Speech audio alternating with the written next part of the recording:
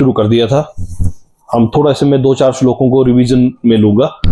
हम 7वें अध्याय के 15वें श्लोक से शुरू करेंगे, पेज नंबर 279 पे है, जिसमें भगवान 8 प्रकार के भक्तों का वर्णन हमने पिछले बार समझा था, जिसमें 8 प्रकार के भक्तों के बारे में बताया था, जिसमें कि जो पहले भगवान ने 4 प्रकार के भक्तों के बारे में बताया, 4 प्रकार के लोगों के बारे में बताया जो भगवान की शरण ग्रहण नहीं करते। वो कौन थे? जो निपट मूर्ख हैं, जो मनुष्यों में अधम हैं, जिनका ज्ञान माया द्वारा हर लिया गया है, और जो असुरों की नास्तिक प्रकृति को धारण करने वाले हैं। ऐसे दुष्ट मेरी शरण ग्रहण नहीं करते, ऐसा भगवान ने बताया था। और इसमें हमने फिर मूड यानी कि ग्रॉसली फूलिश, दूसरे जो नराधम जो कि हाँ सबसे नीची श्रेणी के लोग हैं वो, और उसके बाद बताई थी तीसरी मायापगिता ज्ञाना, क्या ऐसा शब्द है संस्कृत का है, क्या बोलते हैं इनको? जिनका ज्ञान माया के द्वारा, हाँ प्रकंड ज्ञान माया के द्वारा हर लिया गया है। और दुष्कृतियों की चौथी श्रेणी है। बोलू भाई इसका मतलब यूट्यूब पे पूरा आप स्टडी कर रहे हो, वेरी गुड। दुष्कृतियों की चौथी श्रेणी है जो आसुरम, जो आसुरी सिद्धांत वाले हैं। तो ये 4 लोग जिसके बारे में लास्ट लाइन में था, अतएव मूढ़, नराधम, माया ज्ञानी अर्थात भ्रमित मनोधर्मी तथा नास्तिक, ये 4 प्रकार के दुष्कृति कभी भी भगवान के चरण कमलों की शरण में नहीं जाते, ऐसा बताया था। उसके बाद भगवान ने अगले श्लोक में बताया था, हे भरतश्रेष्ठ, 4 प्रकार की पुण्य आत्माएं मेरी सेवा करते हैं, आर्त, जिज्ञासु, अर्थार्थी तथा ज्ञानी। इन 4 कैटेगरियों के बारे में बताया था। ये लोग मेरी सेवा करते हैं, ऐसा नहीं बोला कि ये मेरे भक्त है, ऐसा बोला था ये मेरी सेवा करते हैं। जिसमें से आर्त होता है पीड़ित, जो कोई बीमार है, पीड़ित है, किसी भी तरह से पीड़ित है, उसे कुछ चाहिए। दूसरा होता है जिज्ञासु, जो कुछ जानना चाहता है, जिसके अंदर कुछ जिज्ञासा है कि मुझे इसके बारे में नॉलेज ग्रहण करनी थी, कुछ लेना था, वो भी बोलते हैं भगवान की मेरी सेवा करते हैं। तीसरी कैटेगरी बताई थी अर्थार्थी, यानी कि जिसे कुछ धन दौलत, कुछ मोह माया कुछ चाहिए, चाहे को अच्छा पति चाहिए, अच्छी पत्नी चाहिए, किसी भी चीज की उसको इच्छा है। और चौथी कैटेगरी बताई थी ज्ञानी, जो ज्ञानी है। और इन सब 4 कैटेगरियों के बाद इनमें से जो परम ज्ञानी है, 17 श्लोक में एक ज्ञानी बोला था, ज्ञानी है, और लेकिन अगले श्लोक में बोला इनमें से जो परम ज्ञानी है और शुद्ध भक्ति में लगा रहता है, वह सर्वश्रेष्ठ है, क्योंकि मैं उसे अत्यंत प्रिय हूं और वो भी मुझे अत्यंत प्रिय है। उसके बाद 18 श्लोक में चले, निसंदेह ये सब उदार चेता व्यक्ति हैं, किंतु जो मेरे ज्ञान को प्राप्त है उसे मैं अपने ही समान मानता हूं। वह मेरी दिव्य सेवा में तत्पर रहकर मुझ सर्वोच्च उद्देश्य को निश्चित रूप से प्राप्त करता है। 19 श्लोक में है, अनेक जन्म जन्मांतर के बाद जिसे सचमुच ज्ञान होता है, वह मुझको समस्त कारणों का कारण जानकर मेरी शरण में आता है। ऐसा महात्मा अत्यंत दुर्लभ होता है। यहां से भगवान थोड़ी सी पुरानी बात को दोबारा से रिपीट करते हुए बोल रहे हैं कि कई जन्म जन्मांतर, हमने 6ठे अध्याय में समझा था कि दीर्घ काल तक योग करने के बाद यदि किसी की मृत्यु होती है तो वो कहाँ जाता है, और अगर कोई काफी लंबे समय तक योग करे तो उसकी मृत्यु होती है तो वो कहाँ जाता है। तो यहाँ भगवान उससे रिलेटेड कुछ बात कर रहे हैं कि अनेक जन्म जन्मांतर, यानी कि ये जन्मों जन्मों का सिस्टम चलते चलाते अनेक जन्म जन्मांतर के बाद जिसे सचमुच ज्ञान होता है, कई जन्म बीत जाते हैं कई बार असली ज्ञान को लेने तक पहुंचने के लिए, वह मुझको समस्त कारणों का कारण जानकर मेरी शरण में आता है। ऐसा महात्मा अत्यंत दुर्लभ होता है। 20वां श्लोक, जिनकी बुद्धि भौतिक इच्छाओं द्वारा मारी गई है। यहां से भगवत गीता एक अलग पैराडाइम की तरफ को जाएगी, थोड़ा सा आपने उसको अदरवाइज मत लेना, लेकिन ये सब बातें भगवान ने अपने मुंह से बोली हुई है।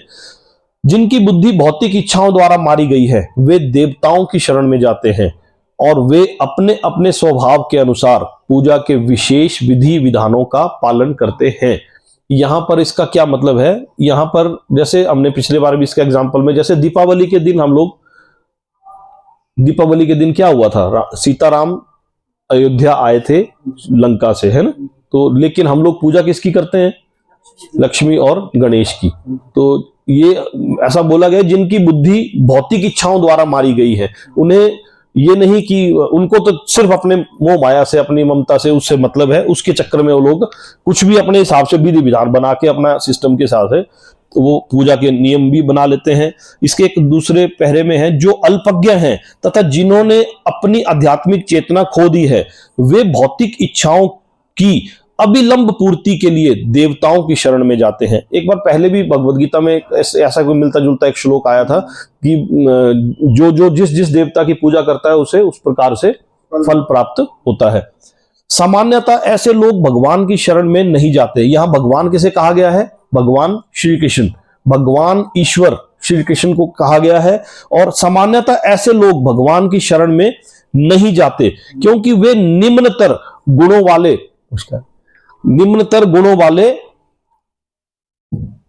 रजोगुणी तथा तमोगुणी होते हैं, अतः वे विभिन्न देवताओं की पूजा करते हैं। वे पूजा के विधि विधानों का पालन करने में ही प्रसन्न रहते हैं। यह है जी पेज नंबर 288, 288।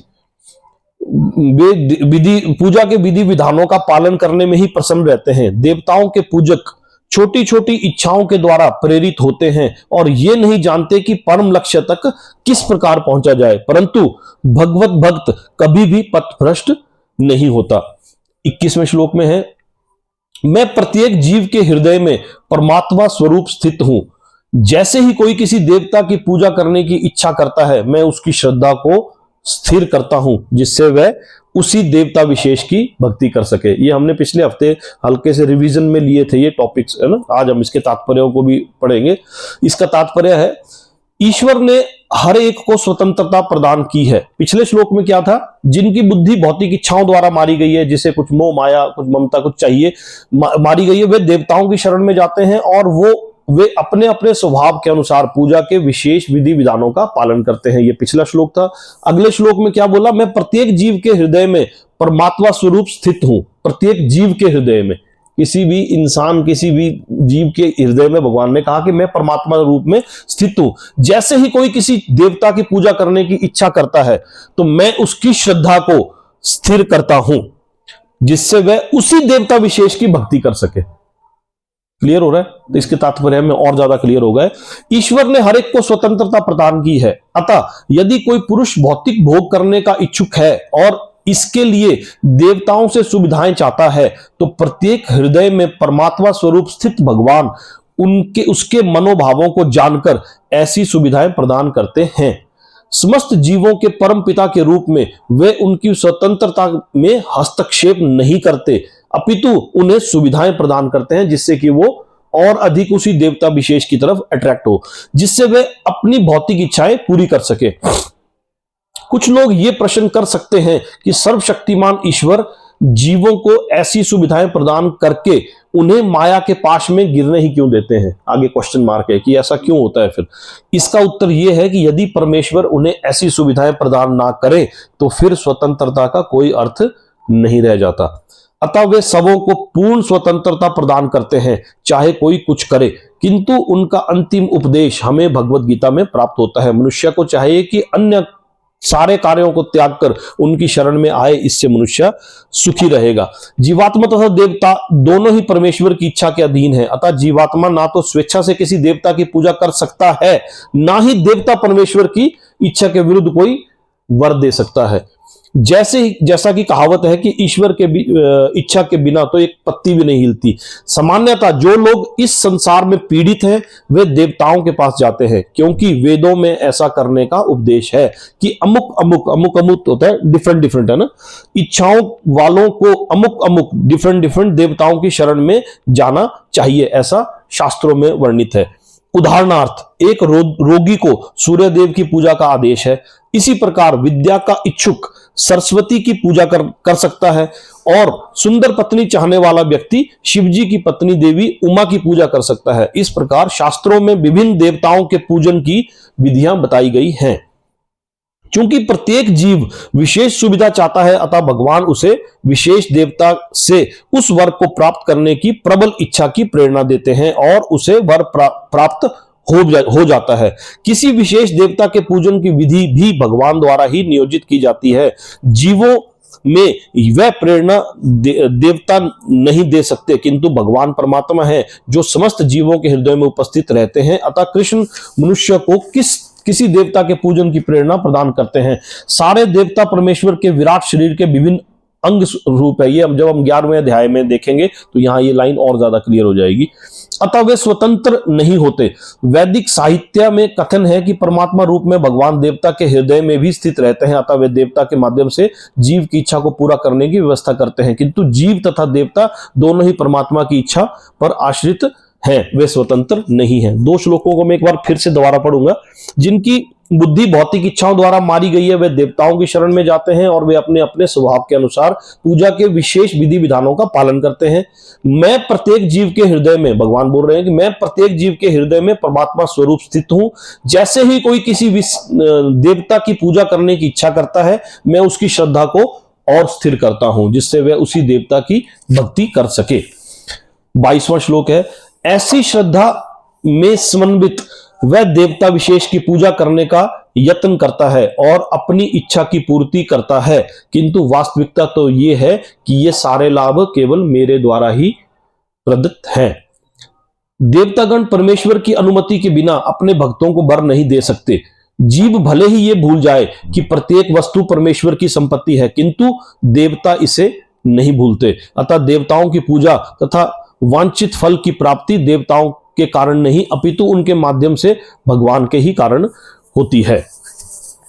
23वां श्लोक है, अल्प बुद्धि वाले व्यक्ति देवताओं की पूजा करते हैं और उन्हें प्राप्त होने वाले फल सीमित तथा क्षणिक होते हैं। देवताओं की पूजा करने वाले देवलोक को जाते हैं, किंतु मेरे भक्त अंततः मेरे परम धाम को जाते हैं। यहां पर जैसे 14 भौतिक लोगों में से बहुत सारे देवलोक हैं। 14 भौतिक लोग थे, जिसमें भूवर लोक जैसे अर्थ पृथ्वी है, इसके बाद ऊपर के लोग जो है भूवर लोक, स्वर्ग, महर, जनलोक, तपलोक और सत्यलोक, ये ऊपर के लोक है। और नीचे के लोक है अतल, वितल, सुतल, तलातल, महातल, रसातल और पाताल। तो ये जन्म मृत्यु के चक्कर, इन सभी लोकों में जन्म मृत्यु का चक्कर चला रहता है। ये जब 8वें अध्याय में हम पहुंचेंगे तो बहुत ज्यादा क्लियर, जिसमें ब्रह्मा की आयु का वर्णन है कि ब्रह्मा की आयु कितनी है, क्योंकि अमर तो कोई नहीं है, ब्रह्मा की भी आयु है और उसकी आयु का वर्णन 8वें अध्याय में है ना। तो जब हम वहां पहुंचेंगे तो और ज्यादा ये क्लियर हो जाएगा, क्योंकि यहां इसमें है कि इसके तात्पर्य में लेते हैं हम। भगवत गीता के कुछ भाष्यकार कहते हैं कि देवता की पूजा करने वाला व्यक्ति परमेश्वर के पास पहुंच सकता है। जैसे कि बोला जाता है कि सभी देवता, किसी की भी पूजा करो, अंत में तो डेस्टिनेशन एक ही है, जबकि भगवत गीता इस बात का खंडन करती है, ऐसा नहीं है। भगवत गीता के कुछ भाष्यकार कहते हैं कि देवता की पूजा करने वाला व्यक्ति परमेश्वर के पास पहुंच सकता है, किंतु यहां यह स्पष्ट कहा गया है कि देवताओं के उपासक भिन्न भिन्न लोकों को जाते हैं जहां विभिन्न देवता स्थित हैं। ठीक उसी प्रकार जिस तरह सूर्य की उपासना करने वाले सूर्य को तथा चंद्रमा का उपासक चंद्रमा को प्राप्त होता है, इसी प्रकार यदि कोई इंद्र जैसे देवता की पूजा करना चाहता है तो उसे पूजे जाने वाले उसी देवता का लोक प्राप्त होता है। ऐसा नहीं है कि जिस किसी भी देवता की पूजा करने से भगवान को प्राप्त किया जा सकता है। यहां पर इसका निषेध किया गया है, क्योंकि यह स्पष्ट कहा गया है कि देवताओं के उपासक भौतिक जगत के अन्य लोकों को जाते हैं। भौतिक जगत के अन्य लोक कैसे बोलते हैं? हम स्वर्ग लोक को जाएंगे, भूवर लोक को जाएंगे, स्वर्ग लोक को जाएंगे, महर लोक को जाएंगे, जन लोक को जाएंगे, तप लोक को जाएंगे और सत्यलोक, ये ऊपर के लोक है। तो देवताओं के उपासक इन लोकों को जाते हैं, लेकिन यहां भी इन सबसे ऊपर एक लोक है जो है बैकुंठ धाम, जो कि भगवान कृष्ण का लोक बोला गया है। ऐसा नहीं है कि जिसकी भी देवता की पूजा करने से भगवान को प्राप्त किया जाता है। यहां पर इसका निषेध किया गया है, क्योंकि यह स्पष्ट कहा गया है कि देवताओं के उपासक भौतिक जगत के अन्य लोकों को जाते हैं, किंतु भगवान का भक्त भगवान के ही परम धाम को जाता है। यहां यह प्रश्न उठाया जा सकता है कि यदि विभिन्न देवता परमेश्वर के शरीर के विभिन्न अंग है, जैसा कि पिछले श्लोक में आया था कि अंग है, तो फिर उन सब की पूजा करने से एक जैसा फल मिलना चाहिए। किंतु देवताओं के उपासक अल्पज्ञ होते हैं, क्योंकि वे ये नहीं जानते कि शरीर के किस अंग को भोजन दिया जाए। उनमें से कुछ इतने मूर्ख होते हैं कि वे ये दावा करते हैं कि अंग अनेक हैं, अतः भोजन देने के ढंग भी अनेक हैं। ऐसा भी दावा करते हैं कुछ लोग, किंतु ये बहुत उचित नहीं है। क्या कोई कानों या आंखों से शरीर को भोजन पहुंचा सकता है? क्वेश्चन है। वे ये नहीं जानते कि देवता भगवान के विराट शरीर के विभिन्न अंग हैं और वे अपने अज्ञानवश ये विश्वास कर बैठते हैं कि प्रत्येक देवता पृथक ईश्वर है तथा परमेश्वर का प्रतियोगी है। न केवल सारे देवता अपितु सामान्य जीव भी परमेश्वर के अंग हैं। श्रीमद् भागवत में कहा गया है कि ब्राह्मण परमेश्वर के सिर हैं, क्षत्रिय उनकी बाहें हैं, वैश्य उनकी कटी है, कटी होती है वेस्ट, कमर, और शूद्र उनके पांव हैं, और इन सब के अलग अलग कार्य हैं। यदि कोई देवताओं को तथा अपने आप को परमेश्वर का अंश मानता है तो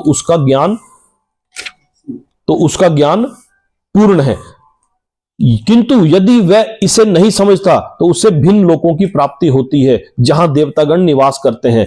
ये वह गंतव्य नहीं जहां भक्तगण जाते हैं।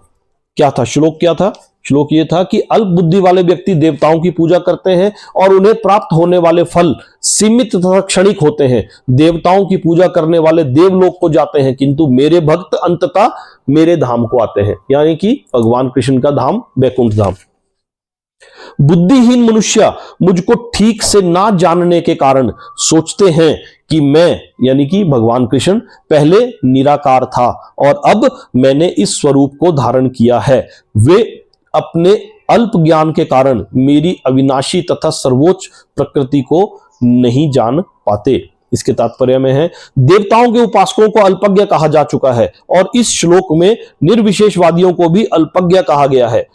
भगवान कृष्ण अपने साकार रूप में यहां पर अर्जुन से बात कर रहे हैं, किंतु तब भी निर्विशेषवादी अपने अज्ञान के कारण तर्क करते रहते हैं कि परमेश्वर का अंततः कोई स्वरूप नहीं होता। जो निर्विशेषवादी होते हैं, हाँ बोल सकते हैं, हाँ इनको हाँ निर्विशेषवादी ऐसा बोल सकते हैं इनको। निराकार जो निरूपण करते हैं ना, निराकार को मानने वाले है ना, निराकार निर्विशेष। हाँ क्रिटिक ही हुए, क्रिटिक भी हुए एक तरह से। भगवान के लिए तो क्रिटिक हुए ना, भगवान को मानने वाले नहीं हुए ना। ऐसा नहीं है, निराकार की भी वो है, जैसे अब सिखिज्म में है ये निराकार रूप में। अच्छा, जो वर्शिप करते हैं ना, ये तो क्या होते हैं, गुरु को ही ज्ञान मानते हैं ना। तो यही चीज भगवान ने एक बार दूसरे अध्याय के 12वें श्लोक में भी कही थी। ये बोली थी एक दूसरे अध्याय के 12वें, यही चीज 5वें श्लोक में बोला ना, हाँ, कि जो निराकार को भजते हैं हाँ, उनको थोड़ी तकलीफ होती है। और जो साकार का वो इजी होता है, वो easy। जो इंद्रियां हैं हाँ वो बहिर्मुखी है ना, हमको देखने की आदत है। हम्म, तो हम मूर्ति लेके, जैसे कई लोग ये प्यारे समाजी जो है ना, हाँ, ये मूर्ति पूजा का खंडन करते हैं, लेकिन मैं कहती हूँ उस लेवल तक थोड़ी है हम तो अभी नीचे स्तर। हाँ, तो हमें कुछ तो चाहिए पूजने के लिए। हमारी सारी इंद्रियां बहिर्मुखी है, तो हमें तो सामने कोई कुछ तो चाहिए। तो इसलिए ये जो निराकार वाले हैं, ये लेवल बड़ा ऊंचा है, तब तक पहुंचना तो बड़ा मुश्किल है। तो जैसे कोई ध्यान करते हैं, इवन त्राटक का करते हैं, तो देखो सामने जोत रखते हैं। बिल्कुल कुछ तो चाहिए हम लोगों को ना, हम लोगों की बुद्धि अल्प है ना, तो यही चीज देखो, बुद्धिहीन मनुष्य मुझको ठीक से ना जानने के कारण सोचते हैं कि मैं पहले निराकार था और अब मैंने इस स्वरूप को धारण किया है। वे अपने अल्प ज्ञान के कारण मेरी अविनाशी तथा सर्वोच्च प्रकृति को नहीं जान पाते। जबकि दूसरे अध्याय के 12वें श्लोक में क्या कहा था भगवान ने, कि ऐसा कभी नहीं हुआ कि मैं ना रहा हूं, कि मैं हमेशा था, ना तुम रहे हो अथवा ये समस्त राजा ना रहे हो, और ना ऐसा है कि भविष्य में भी हम लोग नहीं रहेंगे। ये बात भगवान ने दूसरे अध्याय के 12वें श्लोक में भी कही थी कि ऐसा कभी नहीं हुआ है कि मैं ना रहा हूं, ना तुम रहे हो अथवा ये समस्त राजा ना रहे हो, ना ऐसा कभी होगा कि भविष्य में भी हम लोग रहेंगे। यहां पर लगभग वही बात भगवान ने फिर से एक बार रिपीट की है। तो 25वें श्लोक में आएंगे, मैं मूर्खों तथा अल्पज्ञों के लिए कभी भी प्रकट नहीं हूं, उनके लिए तो मैं अपनी अंतरंगा शक्ति द्वारा आच्छादित रहता हूं, अतः वह ये नहीं जान पाते कि मैं अजन्मा तथा अविनाशी हूं। इसके तात्पर्य को लेंगे हम थोड़ा सा। ये तर्क दिया जा सकता है कि जब कृष्ण इस पृथ्वी पर विद्यमान थे और सबों के लिए दृश्य थे, तो अब वे सबों के समक्ष क्यों नहीं प्रकट होते? क्वेश्चन है कि अब वो समों के समक्ष प्रकट क्यों नहीं होते, जबकि उन्होंने तो इंसान रूप में जन्म भी लिया था। किंतु वास्तव में वे हर एक के समक्ष प्रकट नहीं थे, उस समय भी प्रकट नहीं थे। जब कृष्ण विद्यमान थे तो उन्हें भगवान रूप में समझने वाले व्यक्ति थोड़े ही थे। जब कुरु सभा में शिशुपाल ने कृष्ण के सभाध्यक्ष चुने जाने का विरोध किया तो भीष्म ने कृष्ण के नाम का समर्थन किया और उन्हें परमेश्वर घोषित किया था पूरी सभा में। इसी प्रकार पांडव तथा कुछ अन्य लोग उन्हें परमेश्वर के रूप में जानते थे, किंतु सभी ऐसे नहीं थे। अभक्तों तथा सामान्य व्यक्ति के लिए वे प्रकट नहीं थे। इसलिए भगवत गीता में कृष्ण कहते हैं कि उन्हें विशुद्ध भक्तों के अतिरिक्त अन्य सारे लोग उन्हें अपनी तरह समझते हैं। वे अपने भक्तों के समक्ष ही आनंद के आगार के रूप में प्रकट होते थे, किंतु अन्यों के लिए, अल्पज्ञ अभक्तों के लिए वे अपनी अंतरंगा शक्ति से आच्छादित रहते थे। अब इसके बाद आगे है श्रीमद् भागवत के एक श्लोक में कुंती ने अपनी प्रार्थना में कहा है कि भगवान योग माया के आवरण से आवृत है, और योग माया की पुष्टि भी हुई है ईशोपनिषद के मंत्र में, उसमें योग माया की। फिर श्रीमद् भागवत के 10वें स्कंद के 14वें अध्याय के 7वें श्लोक में भी ब्रह्मा द्वारा भी यह स्तुति की गई है कि हे भगवान, हे परमात्मा, हे समस्त रहस्यों के स्वामी, संसार में ऐसा कौन है जो आपकी शक्ति तथा लीलाओं का अनुमान लगा सके। आप सदैव अपनी अंतरंगा शक्ति के विस्तार करते रहते हैं, अतः कोई भी आपको नहीं समझ सकता। ये ब्रह्मा ने कहा है, श्रीमद् भागवत में इसका वर्णन आता है। तो जैसे मैं मूर्खों तथा अल्पज्ञों के लिए कभी भी प्रकट नहीं, जैसे सूर्य है, सूर्य पूरब से निकलता है और पश्चिम में अस्त हो जाता है, तो ऐसा तो नहीं है कि उस वक्त तो अस्त हो जाता है, वो गुम हो जाता है, ऐसा तो नहीं। अल्पज्ञों के लिए लगता है, अल्पज्ञों के लिए लगता है कि भगवान कृष्ण तो आए थे और उसके बाद चले गए। वो आए थे, मनुष्य रूप में आए थे और उसके बाद उनकी मृत्यु होगी। देखो, वो तो उनका जन्म भी हुआ था, वो देवकी के पुत्र थे, यशोदा के वो थे, और वो आए, उसके बाद उनकी मृत्यु, जरा नाम के शिकारी ने उनको तीर मारा। अगर ऐसे वो भगवान होते तो फिर वो कैसे मारे जाते? फिर वो शिकारी के तीर से क्यों मारे गए? तो ऐसे लोग बोलते हैं मैं मूर्खों तथा अल्पज्ञों के लिए कभी भी प्रकट नहीं हूं। आज की डेट में तो हम ये बातें कर सकते हैं। भगवान बोल रहे हैं कि जिस टाइम हुए भी थे उस वक्त भी सब लोगों के लिए थोड़ी भी मैं प्रकट था, कुछ लोगों के लिए प्रकट था ना। अगर उस समय पता होता, दुर्योधन को पता होता कि मैं भगवान से थोड़ी लड़ सकता, तो दुर्योधन थोड़ी ना युद्ध करता। यहाँ शिशुपाल का एग्जाम्पल दिया हुआ है, तो यहाँ उस वक्त भी लोग, भगवान बोलते हैं कि मैं उस वक्त भी लोगों के लिए, तो यहाँ श्लोक में बोलते हैं मैं मूर्खों तथा अल्पज्ञों के लिए कभी भी प्रकट नहीं हूं। भीष्म पितामह जबकि दूसरे पक्ष में थे, उन्हें पता था कि भगवान है। महाभारत में भी इसका जब युद्ध होने से पहले वो बोलते हैं कि हम तो इनसे लड़ने जा रहे हैं, हमारी तो जीत। जबकि संजय लास्ट में जो आखिरी भगवत गीता के जो 5 श्लोक है, उसमें जब संजय अपनी एक्सपीरियंस बताता है भगवत गीता सुनने के बाद, उससे तो रोंगटे खड़े हो जाते हैं, इतनी जबरदस्त है वो 5 श्लोक। उनके लिए मैं अपनी अंतरंग शक्ति द्वारा आच्छादित रहता हूं, अतः वे ये नहीं जान पाते कि मैं अजन्मा तथा अविनाशी हूं। तो ये इसके बाद आगे हमारा 26वां श्लोक। हे अर्जुन, श्री भगवान होने के नाते मैं जो कुछ भूतकाल में घटित हो चुका है और जो वर्तमान में घटित हो रहा है और जो आगे होने वाला है, वह सब कुछ जानता हूं। मैं समस्त जीवों को भी जानता हूं, किंतु मुझे कोई नहीं जानता। इसके तात्पर्य को हम पकड़ेंगे एक बार। यहां पर साकारता तथा निराकारता का स्पष्ट उल्लेख है। यदि भगवान कृष्ण का स्वरूप माया होता, जैसा कि मायावादी मानते हैं, तो उन्हें भी जीवात्मा की भांति अपना शरीर बदलना पड़ता और विगत जीवन के विषय में सब कुछ विस्मरण हो जाता। जबकि भगवान को तो सब कुछ याद है। भगवान बोलता है कि मैंने सूर्यदेव विवस्वान को इतने करोड़ साल पहले ये ज्ञान दिया। कोई भी भौतिक देहधारी अपने विगत जीवन की स्मृति बनाए नहीं रख पाता, ना ही वह भावी जीवन के विषय में या वर्तमान जीवन की उपलब्धि के विषय में भविष्यवाणी कर सकता है, यानी कि प्रेजेंट, पास्ट और फ्यूचर के बारे में। अतः वह यह नहीं जानता कि भूत, वर्तमान तथा भविष्य में क्या घट रहा है। भौतिक कलमश से मुक्त हुए बिना वह ऐसा नहीं कर सकता। सामान्य मनुष्यों से भिन्न भगवान कृष्ण स्पष्ट कहते हैं कि वे ये भली भांति जानते हैं कि भूतकाल में क्या घटा, वर्तमान में क्या हो रहा है और भविष्य में क्या होने वाला है, लेकिन सामान्य मनुष्य ऐसा नहीं जानते। जैसा कि 4थे अध्याय में हम देख चुके हैं कि लाखों वर्ष पूर्व उन्होंने सूर्यदेव विवस्वान को जो उपदेश दिया था वह उन्हें स्मरण है, जबकि अर्जुन को वो स्मरण नहीं था। जबकि वो बोलते हैं भगवान कृष्ण की उस समय तुम भी वहीं प्रेजेंट थे किसी रूप में, लेकिन क्योंकि तुम्हें स्मरण नहीं, मुझे वो सब स्मरण है। 27वां श्लोक है। हे भरतवंशी, हे शत्रु विजेता, समस्त जीव जन्म लेकर इच्छा तथा घृणा से उत्पन्न द्वंद्वों से मोहग्रस्त होकर मोह को प्राप्त होते हैं। इच्छा तथा घृणा से उत्पन्न यानी कि डिजायर और हेट, इच्छा, डिजायर और हेट से उत्पन्न द्वंद्वों से, द्वंद्व होते हैं ड्युअलिटी से, मोहग्रस्त होकर मोह को प्राप्त होते हैं। इसका तात्पर्य है जीव की स्वाभाविक स्थिति शुद्ध ज्ञान रूप परमेश्वर की अधीनता है मोहवश जब मनुष्य इस शुद्ध ज्ञान से दूर हो जाता है तो वह माया के वशीभूत हो जाता है और भगवान को नहीं समझ पाता, जैसा कि भगवान ने पीछे के श्लोकों में भी बताया। ये माया इच्छा तथा घृणा के द्वंद्व रूप में प्रकट होती है। इच्छा तथा घृणा, इच्छा हुआ डिजायर और घृणा हुआ हेट के द्वंद्व, ड्युअलिटी के रूप में प्रकट होती है।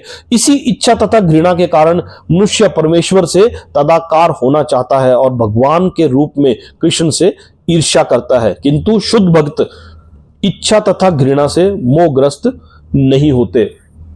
अतः वे समझ सकते हैं कि भगवान श्री कृष्ण अपनी अंतरंगा शक्ति से प्रकट होते हैं, पर जो द्वंद्व तथा अज्ञान के कारण मोहग्रस्त हैं वे ये सोचते हैं कि भगवान भौतिक शक्तियों द्वारा उत्पन्न होते हैं। यही उनका दुर्भाग्य है। ऐसे मोहग्रस्त व्यक्ति मान अपमान, दुख सुख, स्त्री पुरुष, अच्छा बुरा, आनंद पीड़ा जैसे द्वंद्वों में रहते हुए सोचते रहते हैं कि ये मेरी पत्नी है, ये मेरा घर है, मैं इसका स्वामी हूं, मैं इस स्त्री का पति हूं। ये ही मोह के द्वंद्व है। ये ड्युअलिटी बताई है, सुख दुख, मान अपमान, स्त्री पुरुष, अच्छा बुरा, आनंद पीड़ा, ये ड्युअलिटी। ये मेरा घर है, ये मैं इसका स्वामी हूं, मैं इस स्त्री का पति हूं। ये ही मोह का द्वंद्व है। जो ऐसे द्वंद्वों से मोहग्रस्त रहते हैं वे निपट मूर्ख हैं और वे भगवान को नहीं समझ सकते। श्लोक क्या था? हे भरतवंशी, हे शत्रु विजेता, समस्त जीव जन्म लेकर इच्छा तथा घृणा से उत्पन्न द्वंद्वों से मोहग्रस्त होकर मोह को प्राप्त होते हैं। क्या बताया कि समस्त जीव आएगा इस धरती पर और उसके बाद इन द्वंद्वों में उलझ जाएगा और उसके बाद यही गुना भाग में लगा रहेगा कि मान अपमान, मेरा मान हो गया, अपमान हो गया, दुख मिल गया, सुख हो गया, स्त्री पुरुष, ये मैं, अच्छा बुरा, आनंद पीड़ा, ऐसे द्वंद्वों में इंसान भटकता रहता है। उसके बाद आ गया 28वें श्लोक में है, जिन मनुष्यों ने पूर्व जन्मों में तथा इस जन्म में पुण्य कर्म में, 2-3 श्लोक को एक बार 25वें श्लोक पे आएंगे, मैं मूर्खों तथा अल्पज्ञों के लिए कभी भी प्रकट नहीं हूं, उनके लिए तो मैं अपनी अंतरंगा शक्ति द्वारा आच्छादित रहता हूं, अतः वे ये नहीं जान पाते कि मैं अजन्मा तथा अविनाशी हूं। ये समझ गए आप इस श्लोक को? कोई इसमें डाउट तो नहीं है? क्लियर है ना कि भगवान बोल रहे हैं कि मैं उस टाइम भी, है ना, क्लियर हो गया है ना। इससे अगले श्लोक में, हे अर्जुन, श्री भगवान होने के नाते जो कुछ भूतकाल में घटित हो चुका है, जो वर्तमान में घटित हो रहा है और जो आगे होने वाला है, वह सब कुछ जानता हूं। मैं समस्त जीवों को भी जानता हूं, किंतु मुझे कोई नहीं जानता। ये भी क्लियर हो गया। इसके तात्पर्य को भी समझ गए आप कि क्या होता है इसके तात्पर्य में? बताओ। पहले हो चुका भी मुझे याद है, सूर्यदेव, हाँ बिल्कुल बिल्कुल। तो ये भी क्लियर हो। हे भरतवंशी, हे शत्रु विजेता, समस्त जीव जन्म लेकर इच्छा तथा घृणा से उत्पन्न द्वंद्वों से मोहग्रस्त होकर मोह को प्राप्त होते हैं। जबकि पीछे क्या बोला था भगवान ने एक श्लोक में, ये इसके साथ लिंक्ड है थोड़ा सा। क्या बोला था कि जो इसके तात्पर्य में बोला था कि जो जिस देवता की पूजा करता है, अल्प बुद्धि वाले व्यक्ति देवताओं की पूजा करते हैं और उन्हें प्राप्त होने वाले फल सीमित तथा क्षणिक होते हैं। देवताओं की पूजा करने वाले देवलोक को जाते हैं, किंतु मेरे भक्त मेरे परम धाम को प्राप्त होते हैं। ये इसके साथ क्लियर हो गया ना सारा। 28वें, जिन मनुष्यों ने पूर्व जन्मों में तथा इस जन्म में पुण्य कर्म किए हैं और जिनके पाप कर्मों का पूर्णतया उच्छेदन हो चुका है, वह मोह के द्वंद्वों से मुक्त हो जाते हैं और वे संकल्प पूर्वक मेरी सेवा में तत्पर होते हैं। संकल्प पूर्वक हुआ डिटर्मिनेशन के साथ। पिछले कई जन्म बीत जाने से जिन मनुष्यों ने पूर्व जन्मों में कोशिश की थी, फिर 6ठे अध्याय में हमने सुना था कि कोशिश करता है वो, उसके बाद वो भटक जाता है, तो वो किस परिवार में जन्म लेता है और अगर वो दीर्घ काल तक युद्ध करे तो क्या करती है। भगवान क्या बोल रहे हैं, उस श्लोक को लिंक करते हुए बोल रहे हैं, जिन मनुष्यों ने पूर्व जन्मों में, ये कई जन्म जन्मांतरों का सफर है, जिन मनुष्यों ने पूर्व जन्मों में, अच्छा एक श्लोक में भगवान ने यह भी बोला कि वो इन्हीं भौतिक लोकों में भटकते रहते हैं। ये क्लियर हो रहा है इस अध्याय का तात्पर्य। वो इन्हीं भौतिक लोकों में, ये भूवर लोक, स्वर्ग लोक, महर लोक, जन लोक, तप लोक, सत्य लोक, इन लोकों में भटकते रहते हैं। कुछ लोग इन लोकों से वापस आ जाते हैं और कुछ इन लोकों से ऊपर के लोकों में अपने स्टेप्स, अपनी जर्नी को पूरा करते हैं। जिन मनुष्यों ने पूर्व जन्मों में तथा इस जन्म में पुण्य कर्म किए हैं और जिनके पाप कर्मों का पूर्णतया उच्छेदन हो चुका है, वह मोह के द्वंद्वों से मुक्त हो जाते हैं और संकल्प पूर्वक मेरी सेवा में तत्पर होते हैं। ये क्लियर हो गया।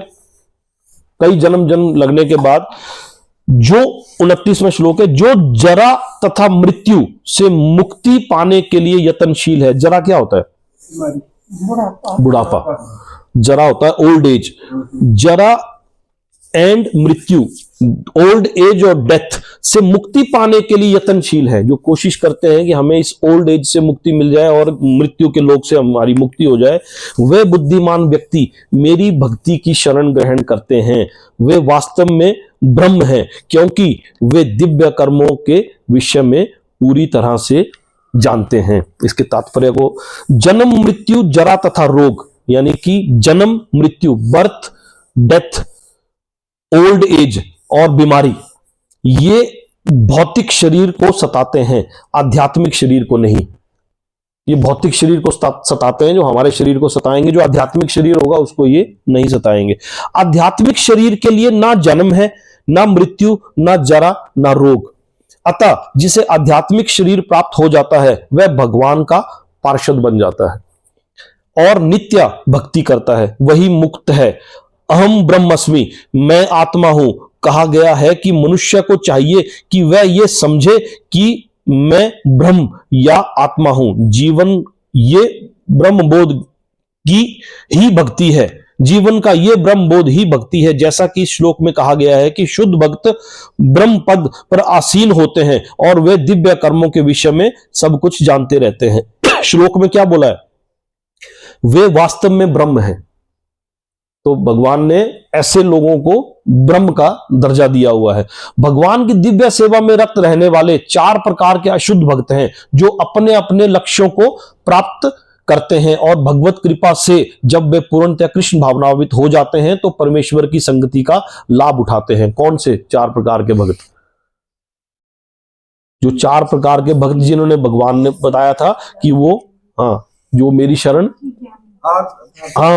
जो मेरी शरण में आने की कोशिश करते हैं। और यहां बोला था कि जब ये शुद्ध भक्त की संगति में आते हैं तो ये ज्ञानी से फिर परम ज्ञानी बन जाते हैं, यानी कि आर्थ जिज्ञासु, अर्थार्थी तथा ज्ञानी, इन 4 भक्तों के बारे में। अपने और भगवत कृपा से जब वे पूर्णतया कृष्ण भावनान्वित हो जाते हैं तो परमेश्वर की संगति का लाभ उठाते हैं। किंतु देवताओं के उपासक कभी भी भगवत धाम नहीं पहुंच पाते। यहां तक कि अल्पज्ञ व लेस इंटेलिजेंट, अल्पज्ञ ब्रह्मभूत व्यक्ति भी कृष्ण के परम धाम गोलोक वृंदावन को प्राप्त नहीं कर पाते। केवल ऐसे व्यक्ति जो कृष्ण भावनामृत में कर्म करते हैं वे ही ब्रह्म कहलाने के अधिकारी होते हैं, क्योंकि वे सचमुच ही कृष्ण धाम पहुंचने के लिए प्रयत्नशील रहते हैं। ऐसे व्यक्तियों को कृष्ण के विषय में कोई भ्रांति नहीं रहती, यानी कि मिसगिविंग्स अबाउट कृष्णा, उनको कोई डाउट नहीं रहता। वे सचमुच ब्रह्म हैं। जो लोग भगवान के अर्चन स्वरूप की पूजा करने में लगे रहते हैं या भव बंधन से मुक्ति पाने के लिए निरंतर भगवान का ध्यान करते हैं, वे भी ब्रह्म अधिभूत आदि के तात्पर्य को समझते हैं, जैसा कि भगवान ने अगले अध्याय में बताया है। अगला श्लोक है इस अध्याय का, ये आखिरी श्लोक है। जो मुझ परमेश्वर को मेरी पूर्ण चेतना में रहकर मुझे इस जगत का, देवताओं का तथा समस्त यज्ञ विधियों का नियामक जानते हैं, वे अपनी मृत्यु के समय भी मुझ भगवान को जान और समझ सकते हैं। इसके तात्पर्य को थोड़ा सा लूंगा। कृष्ण भावना भावित में कर्म करने वाले मनुष्य कभी भी भगवान को पूर्णतया समझने के पथ से विचलित नहीं होते। कृष्ण भावनामृत के दिव्य सानिध्य में मनुष्य यह समझ सकता है कि भगवान किस तरह भौतिक जगत तथा देवताओं तक के नियामक हैं। धीरे धीरे ऐसी दिव्य संगति से मनुष्य का भगवान में विश्वास बढ़ता है। अतः मृत्यु के समय ऐसा कृष्ण भावनाभावित व्यक्ति कृष्ण को कभी नहीं भुला पाता। अतः वह सहज ही भगवत धाम गोलोक वृंदावन को प्राप्त होता है। यह 7वां अध्याय विशेष रूप में बताया गया है कि कोई किस प्रकार से पूर्णतया कृष्ण भावनावित हो सकता है। कृष्ण भावना का शुभारंभ ऐसे व्यक्तियों के सानिध्य से होता है जो कृष्ण भावना भावित होते हैं। ऐसा सानिध्य आध्यात्मिक होता है और इससे मनुष्य प्रत्यक्ष भगवान के संसर्ग में आता है और भगवत कृपा से वह कृष्ण को भगवान समझ सकता है। इस अध्याय में जिन अनेक विषयों की विवेचना हुई है, वह दुख में पड़ा हुआ मनुष्य, जिज्ञासु मानव, अभावग्रस्त मानव, ब्रह्म ज्ञान, परमात्मा ज्ञान, जन्म तथा रोग से मुक्ति एवं परमेश्वर की पूजा, इन सब के बारे में इस अध्याय में बताया गया है। तो इस आज हम इसको इतना ही करेंगे। इसके बाद 8वें अध्याय में अर्जुन का फिर सवाल है। यहां 7वां अध्याय खत्म होते होते तक अर्जुन को थोड़ा थोड़ा उसका माइंड सेटअप चेंज होना शुरू हो गया था, क्योंकि जैसा कि हम लोग जानते हैं कि 6ठे अध्याय तक तो भगवान ने अर्जुन के जो मन में उठने वाले जो मतलब जो बड़ा भारी उथल पुथल उसके मन में समुद्र क्या वो लड़ा होगा, उसी के बारे में प्रश्न है। 7वें अध्याय में भगवान ने अपने बारे में बोलना शुरू किया। यहां से भगवान ने अपने बारे में बोलना शुरू कर दिया, यानी कि भक्ति के बारे में बताना शुरू किया और भगवान ने अपने ऐश्वर्यों के बारे में बताना शुरू किया 7वें अध्याय में। तो जब इतना कुछ भगवान अपने बारे में बोल देते, बोला 4थे अध्याय में भी है कि मैंने ये ज्ञान सूर्यदेव विवस्वान को किया, तो अर्जुन हल्का हल्का तो रिकंसाइल हो रहा था, लेकिन उसे ऐसा लग रहा था कि पता नहीं, क्योंकि अर्जुन को ऐसा नहीं पता था कि भगवान है। अर्जुन को ऐसा पता था कि ये कुछ तो है खास, तो भगवान का नहीं। यहां पर जब उपदेश के दौरान भगवान ने ऐसा बोलना शुरू किया तो अर्जुन के मन में सवाल कुछ अलग लेवल के सवाल उठने लगे। तो यहां अर्जुन ने 8वें अध्याय के पहले श्लोक में और दूसरे श्लोक में क्या सवाल पूछा? अर्जुन सवाल पूछता है, हे भगवान, हे पुरुषोत्तम। यहां पर भगवान को पुरुषोत्तम कहा। ब्रह्म क्या है? अब बार बार ब्रह्म के बारे में पिछले श्लोक में था कि ब्रह्म क्या है, आत्मा क्या है, फिर क्वेश्चन मार्क। आत्मा के बारे में पूछा कि आत्मा क्या है, ब्रह्म क्या है, सकाम कर्म क्या है। सकाम कर्म हुआ फ्रूटिव एक्टिविटीज। सकाम कर्म क्या है, ये भौतिक जगत क्या है। कितने सवाल है देखो एक ही सवाल में। ये भौतिक जगत क्या है, मटेरियल वर्ल्ड क्या है, मटेरियल मैनिफेस्टेशन क्या है, तथा देवता क्या है। अब यह बार बार देवताओं के बारे में बोला कि जो देवता। अब पूछा तो देवता क्या है, फिर तो देवता के बारे में पूछ लिया। कृपा करके ये सब मुझे बताएं। अगले श्लोक में बोला, हे मधुसूदन, यज्ञ का स्वामी कौन है? यदि हम यज्ञ करते हैं तो उसका स्वामी कौन है, और वह शरीर में कैसे रहता है, और मृत्यु के समय भक्ति में लगे रहने वाला आपको कैसे जान पाता है। ये क्यों पूछा अर्जुन ने ये सवाल कि मृत्यु के समय भक्ति में लगे रहने वाला आपको कैसे जान पाता है। आखिरी श्लोक पे आओ, 7वें अध्याय का आखिरी श्लोक में, जो मुझ परमेश्वर को पूर्ण चेतना में रहकर मुझे जगत का, देवताओं का तथा समस्त यज्ञ विधियों का नियामक जानते हैं। अब देखो ये अगले सवाल के साथ ये श्लोक लिंक हुआ कि नहीं हुआ? इसी श्लोक में जब भगवान ने ये बात बोली थी कि जो मुझ परमेश्वर को, सबसे पहले तो अपने आप को परमेश्वर बोल दिया, जो मुझ परमेश्वर को मेरी पूर्ण चेतना में रहकर मुझे जगत का, देवताओं का तथा समस्त यज्ञ विधियों का नियामक जानते हुए, यानी कि यज्ञों का स्वामी भी मुझे को मानता है, ठीक है, देवताओं का स्वामी, वे अपनी मृत्यु के समय मुझ भगवान को जान और समझ सकते हैं। क्या बोला? ये था श्लोक था। अब अर्जुन के सवाल, अर्जुन ने फिर से इसी बात की पुष्टि के लिए अपने सवाल के रूप में पूछा कि हे मधुसूदन, यज्ञ का स्वामी कौन है? क्या बोला था श्लोक में? मुझे देवताओं का तथा समस्त यज्ञ विधियों का नियामक जानते हैं। तो पूछा कि यज्ञों का स्वामी कौन है, और वह इस शरीर में कैसे रहता है। देवताओं का समस्त यज्ञ विधियों का नियामक जानते हैं पूर्ण चेतना में रहकर। अच्छा, और मृत्यु के समय भक्ति में लगे रहने वाला आपको कैसे जान पाते हैं? क्या सवाल क्या था? सवाल नहीं, भगवान ने क्या बोला था? वे अपनी मृत्यु के समय भी मुझ भगवान को जान और समझ सकता है। क्लियर हुआ थोड़ा? तो ये एक श्लोक के साथ दूसरा, दूसरे के साथ तीसरा, पहले के साथ दूसरा, दूसरे के साथ तीसरा, इसको थोड़ा सा अलग पलट कर करके हम तो ये, और क्या बोला कि हे भगवान, हे पुरुषोत्तम, ब्रह्म क्या है, आत्मा क्या है, सकाम कर्म क्या है, ये भौतिक जगत क्या है, तथा देवता क्या है, कृपा करके ये सब मुझे बताएं। इन 2 श्लोकों के तात्पर्यों को मैं पढ़ लेता हूं आपके लिए, है ना, आसान हो जाएगा थोड़ा। इस अध्याय में, 8वें अध्याय में, भगवान कृष्ण अर्जुन के द्वारा पूछे गए ब्रह्म क्या है आदि प्रश्नों का उत्तर देते हैं। भगवान कर्म, भक्ति तथा योग और शुद्ध भक्ति की भी व्याख्या करते हैं इस श्लोक में। इस श्लोक भगवत, इस अध्याय में का नाम है भगवत प्राप्ति। इसमें भगवान शुद्ध भक्ति की व्याख्या करेंगे, व्याख्या करते हैं।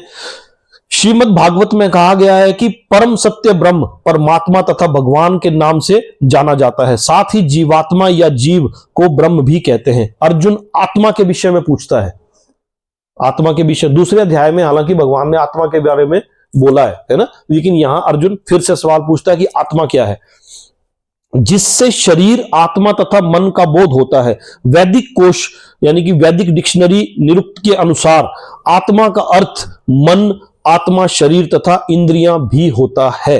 अर्जुन ने परमेश्वर को पुरुषोत्तम या परम पुरुष कहकर संबोधित किया। क्या श्लोक में है हे भगवान, हे पुरुषोत्तम। यहां पर अर्जुन ने भगवान नाम दे दिया भगवान कृष्ण को। अभी तक तो हे सखा, हे कृष्ण बोल रहा था, अब बोल दिया हे भगवान, हे पुरुषोत्तम।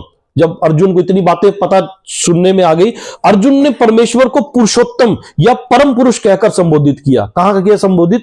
श्लोक में। हे पुरुषोत्तम, हे भगवान कहकर संबोधित किया, जिसका अर्थ यह होता है कि वह ये सारे प्रश्न अपने एक मित्र से नहीं अपितु परम पुरुष से, उन्हें परम प्रमाण मानकर पूछ रहा है जो निश्चय उत्तर दे सकते हैं। जबकि पीछे तो भगवान को उसने अपना गुरु स्वीकार किया था। दूसरे अध्याय के 7वें श्लोक में था कि मैं अब आपको सरेंडर कर रहा हूं, आप मेरे गुरु हैं और मैं आपका शिष्य हूं। यहां पहुंचते पहुंचते उसने भगवान की संज्ञा दे दी। हे मधुसूदन, यज्ञ का स्वामी कौन है और वह इस शरीर में कैसे रहता है, और मृत्यु के समय भक्ति में लगा रहने वाला आपको कैसे जान पाते हैं। इसी के श्लोक के तात्पर्य को मैं एक बार पढ़ लूंगा। अधिज्ञ का तात्पर्य इंद्र या विष्णु हो सकता है। अधिज्ञ एक शब्द इस श्लोक में आता है, अधिज्ञ ना, अधियज्ञ का तात्पर्य इंद्र या विष्णु हो सकता है। विष्णु समस्त देवताओं में, जिनमें ब्रह्मा तथा शिव सम्मिलित हैं, प्रधान देवता हैं। विष्णु समस्त देवताओं में, जिनमें ब्रह्मा तथा शिव सम्मिलित हैं, इनके प्रधान देवता हैं। और इंद्र प्रशासक देवताओं के प्रधान है। ये इंद्र लोक के देवता इंद्र, जो कि प्रशासक यानी कि प्रशासक हुए क्या, राज एडमिनिस्ट्रेटिव इनके प्रधान हैं। इंद्र तथा विष्णु दोनों की पूजा यज्ञ द्वारा की जाती है। किंतु अर्जुन प्रश्न करता है कि वस्तुतः एक्चुअली यज्ञ का स्वामी कौन है। फिर अर्जुन का सवाल है कि यज्ञ का स्वामी कौन है और भगवान किस तरह जीव के शरीर में के भीतर निवास करते हैं। क्वेश्चन, ये अर्जुन का सवाल है। इसी श्लोक को एक्सप्लेन किया हुआ ना इसमें। अर्जुन ने भगवान को मधुसूदन कहकर संबोधित किया, जैसे पिछले श्लोक में पुरुषोत्तम कहा और इस श्लोक में मधुसूदन कहकर संबोधित किया। क्यों? क्योंकि कृष्ण ने एक बार मधुर नामक असुर का वध किया था। वस्तुतः ये सारे प्रश्न जो शंका के रूप में है, अर्जुन के मन में नहीं उठने चाहिए थे, क्योंकि अर्जुन एक कृष्ण भावना भावित भक्त था। अतः ये सारी शंकाएं असुरों के सुदृश्य हैं। These doubts are like demons। ऐसे डाउट तो उसके, क्योंकि वो तो भगत था, अर्जुन दोस्त भी था, भगत भी था, शिष्य भी था, तो उसके मन में ये सवाल क्यों उठ रहे हैं? जबकि ये सवाल तो, ऐसी शंकाएं तो असुरों के सदृश्य हैं। चूंकि कृष्ण असुरों को मारने में सिद्धस्त थे, अतः अर्जुन ने उन्हें मधुसूदन कहकर संबोधित करता है, जिससे कृष्ण उसके मन में उठने वाली समस्त आसुरी शंकाओं को नष्ट कर दे। इस श्लोक में प्रयाण काले शब्द भी अत्यंत महत्वपूर्ण है। इसमें एक शब्द आता है श्लोक में, प्रयाण काले च कथम। इसमें इस श्लोक में प्रयाण काले शब्द भी अत्यंत महत्वपूर्ण है, क्योंकि अपने जीवन में हम जो भी करते हैं उसकी परीक्षा मृत्यु के समय होनी है। अर्जुन उन लोगों के विषय में जो निरंतर कृष्ण भावना भावित में लगे रहते हैं, ये जानने के लिए अत्यंत इच्छुक हैं कि अंत समय में उनकी क्या दशा होगी। पीछे भी एक श्लोक में पूछा था अर्जुन ने कि जो शुरू में इस मार्ग से में चलता है फिर भटक जाता है, उसका क्या होगा, या जो बहुत देर तक चलेगा फिर भटक जाएगा, उसका क्या होगा। तो यहां पर अर्जुन क्या सवाल पूछ रहा है? अर्जुन उन लोगों के विषय में जो निरंतर कृष्ण भावना भावित में लगे रहते हैं जो हमेशा कृष्ण भावना भावित में लगे रहते हैं, ये जानने के लिए अत्यंत इच्छुक है कि अंत समय में उनकी क्या दशा होगी। मृत्यु के समय शरीर के सारे कार्य रुक जाते हैं और मन सही दिशा में नहीं रहता। इस प्रकार शारीरिक स्थिति बिगड़ जाने से हो सकता है कि मनुष्य परमेश्वर का स्मरण ना कर सके। परम भक्त महाराज कुलशेखर प्रार्थना करते हैं कि हे भगवान, इस समय मैं पूर्ण स्वस्थ हूं। ऐसे भी भक्त हुए हैं जो बोलते हैं कि ये भगवान, इस समय में पूर्ण स्वस्थ हूं, अच्छा हो कि मेरी मृत्यु इसी समय हो जाए, जिससे मेरा मन रूपी हंस आपके चरण कमलों रूपी नाल के भीतर प्रविष्ट हो सके। ये रूपक इसलिए प्रयुक्त किया गया क्योंकि हंस जो एक जल पक्षी है, वह कमल के पुष्पों को कुरेदने में आनंद का अनुभव करता है। इस तरह वह कमल पुष्प के भीतर प्रवेश करना चाहता है। महाराज कुलशेखर भगवान से कहते हैं कि इस समय मेरा मन स्वस्थ है और मैं भी पूरी तरह स्वस्थ हूं। यदि मैं आपके चरण कमलों का चिंतन करते हुए तुरंत मर जाऊं तो मुझे विश्वास है कि आपके प्रति मेरी भक्ति पूर्ण हो जाएगी, किंतु यदि मुझे अपनी सहज मृत्यु की प्रतीक्षा करनी पड़े तो मैं नहीं जानता कि क्या होगा, क्योंकि उस समय मेरा शरीर कार्य करना बंद कर देगा, मेरा गला रूंध जाएगा और मुझे पता नहीं कि मैं आपके नाम का जाप कर पाऊंगा या नहीं। अच्छा, यही होगा कि मुझे तुरंत मर जाने दें। अर्जुन प्रश्न करता है कि ऐसे समय मनुष्य किस तरह कृष्ण के चरण कमलों में अपने मन को स्थिर कर सकता है। ऐसे समय में भगवान ने बोला कि मृत्यु के समय में भी अगर आप मुझे याद कर लोगे तब भी आप मेरे तक पहुंच जाओगे। तो अर्जुन के मन में सवाल है ये। तो इन सवालों को हम आगे के उसमें देखेंगे, है ना। अभी हमारे पास है 5-7 मिनट 10 मिनट, तो हम चाहें तो कुछ डिस्कशन ले सकते हैं अगर आपको है कोई डाउट तो।